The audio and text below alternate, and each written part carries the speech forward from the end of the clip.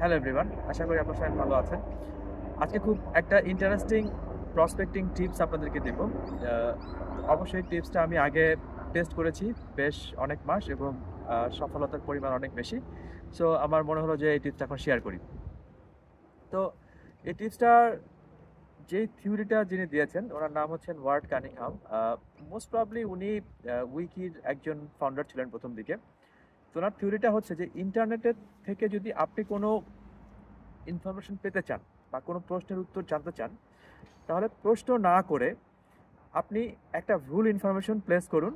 তাহলে আপনি দেখবেন যে অনেক স্বতঃস্ফূর্তভাবে আপনি আপনার প্রশ্নের রাইট অ্যান্সারটা পেয়ে গেছেন। এটা কিন্তু সবসময় হয়, তাই না? এটা এটা একটা এক্সাম্পল দিয়ে বলি। ধরা যাক একটা ফুটবল লাভারদের ফোরাম। তো সেই ফোরামে আমি একটা কোশ্চেন জিজ্ঞেস করলাম যে লিওনেল মেসি কয়টি আন্তর্জাতিক গোল করেছেন। হতে পারে আমি কিছু অ্যান্সার পেতে পারি, একটা দুইটা, বা খুব একটা অ্যান্সার নাও পেতে পারি এরকম। কিন্তু আমি যদি সেই ফোরামে লিখি আমার খুব আনন্দ লাগছে লিওনেল মেসি 2000 আন্তর্জাতিক গোল আজকে পূর্ণ করলেন, অবশ্যই আমি জানি যে এই ইনফরমেশনটা সত্য না। অথবা আমি লিখি যে লিওনেল মেসি তার ক্যারিয়ারের টোটাল 2000 গোল আজকে পূর্ণ করলেন, আমার খুবই আনন্দ লাগছে এই জন্য। আপনি দেখবেন সঙ্গে সঙ্গে সেখানে অসংখ্য অসংখ্য অসংখ্য মন্তব্য চলে আসবে। অফকোর্স কিছু কিছু মন্তব্য খুব আক্রমণাত্মক হবে, বাট তাতে আমার যায় আসে না। মোস্ট অফ দ্য মন্তব্যে সঠিক অ্যান্সার থাকবে। দে উইল টেল মি যে I am a fool, I don't know many things, this is the right number, that. But by this time আমি অলরেডি আমার অ্যান্সারটা পেয়ে গেছি, রাইট?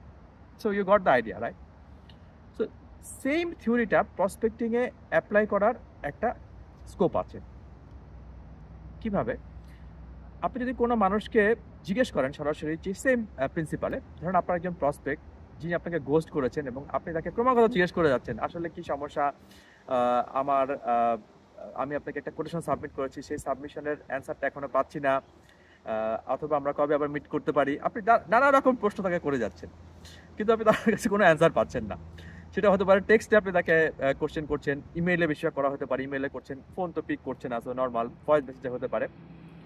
তো এই ক্ষেত্রে থিওরিটা হচ্ছে আপনি তাকে ইচ্ছাকৃতভাবে একটা রং ইনফরমেশন ফিড করান, যেন তার সাইকোলজিক্যাল কিকটা আসে, ও আচ্ছা ইনফরমেশনটা তো রং, আমাকে এটা ঠিক করতে হবে। মানুষের মধ্যে একটা সহজাত প্রবৃত্তি হচ্ছে সে অন্যকে কারেক্ট করতে চায়। এটা ভালো না খারাপ সেটা পরের ব্যাপার, কিন্তু এটা মানুষের সহজাত প্রবৃত্তি, রাইট? তো এক্ষেত্রে আমি খুব ব্রিফ 3 to 4 লাইন্সের একটা ইমেল ব্যবহার করেছি এবং response rate is awesome actually. তার আগে আমি বলি, ইউজুয়ালি একজন প্রসপেক্ট আপনার সাথে সলিউশন নিয়ে বা আপনার সার্ভিস নিয়ে কথা বলা শুরু করার পরেও কেন সে আপনার আপনার সলিউশনটা সাকসেসফুলি সাইন করে না।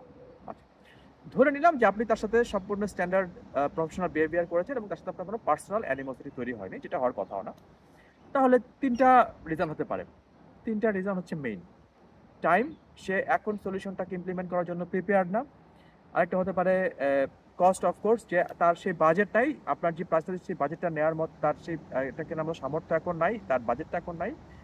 আর থার্ড যেটা হতে পারে যে আপনার সলিউশনের যে ফিচার্সগুলো আছে সেটা তার সম্পূর্ণ কাজ হবে না, সোজা কথা তার স্কোপটা আপনার যেই রিকোয়ারমেন্ট আছে বা প্রবলেমটা আছে সেটা সলভ করতে পারবে না।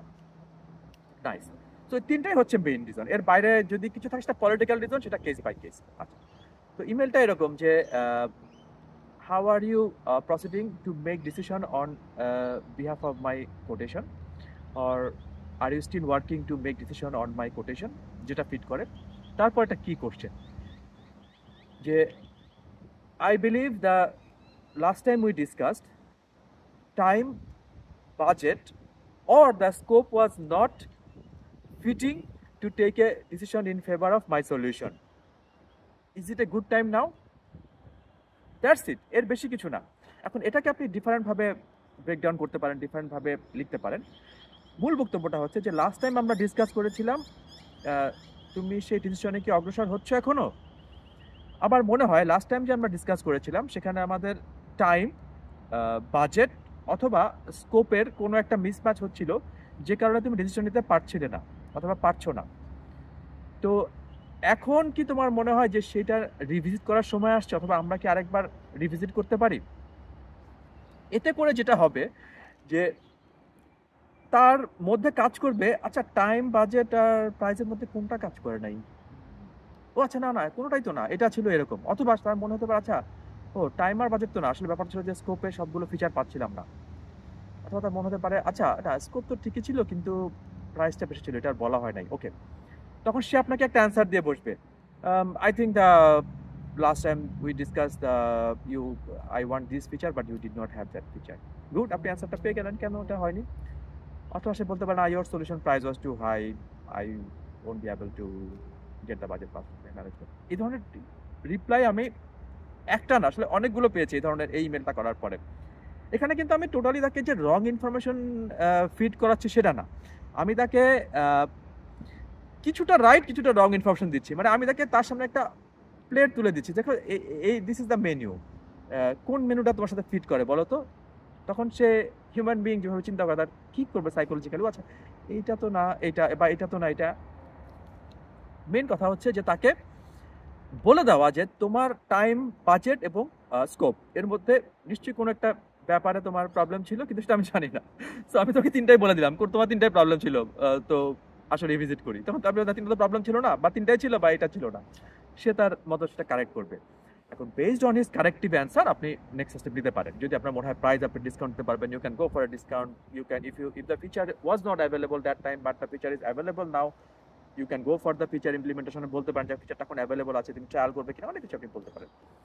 কিন্তু মেইন ফান্ডামেন্টালটা হচ্ছে যে এই যে কানিংহামের ল অ্যাপ্লাই করে একটু রং ইনফরমেশন ফিট করে দিলাম, আমি আমার যে প্রসপেক্ট আমাকে গোস্ট করছে তাকে আমি অ্যান্সারটা পাচ্ছি।